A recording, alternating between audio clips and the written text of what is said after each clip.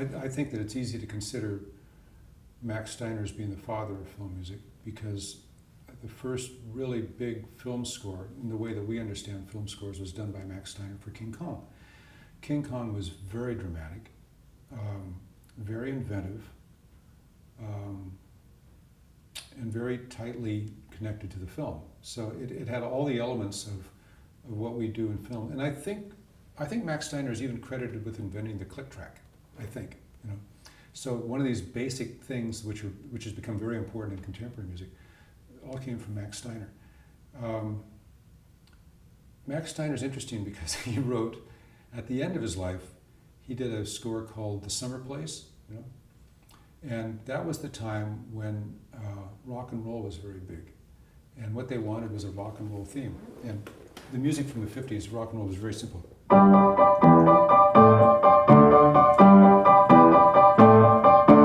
mean, just so many rock and roll songs had those trips on the piano. So Max said, okay, so they want a rock and roll song. I'll give them a rock and roll song. And he goes,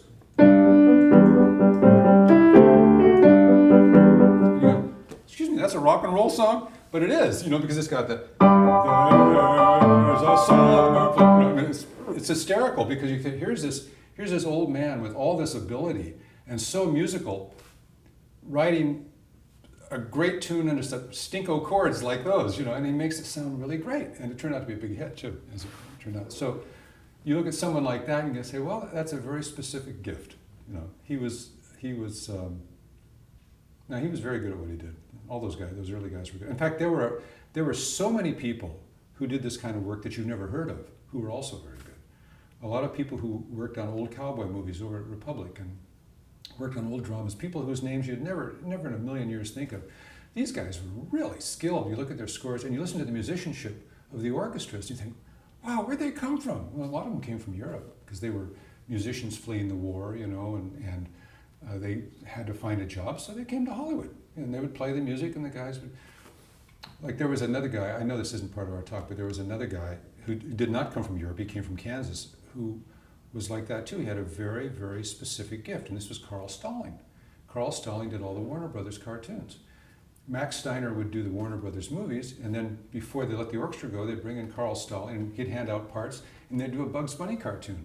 And the same musicians who had just played Gone with the Wind would be ending up playing Elmer Fudd, you know.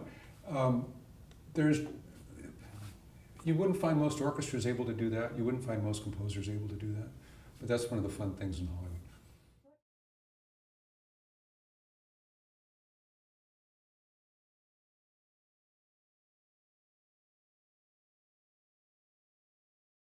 Well, you know, it's a great theme. I mean,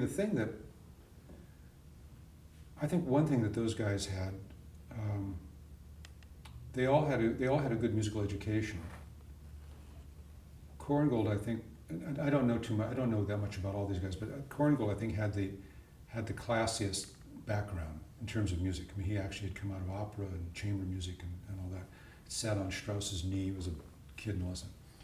A lot of the other people, I think, came out of musical theater or whatever in Europe, but they all had substantial musical backgrounds.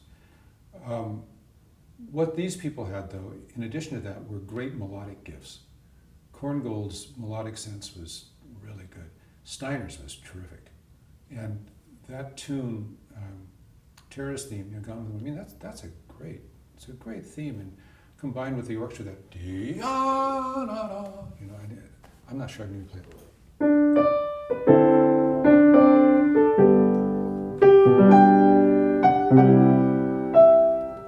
I mean, all the same.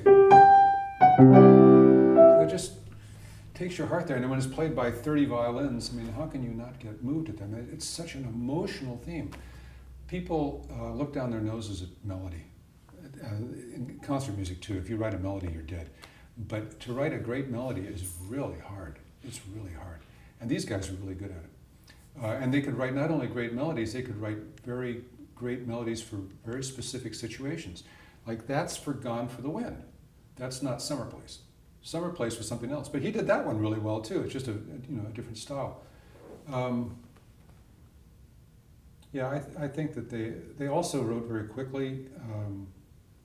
They had enormous pressures on them from the studios. Just, they had all the same problems you have today. They're just very, very skilled, very talented. They had very specific talents.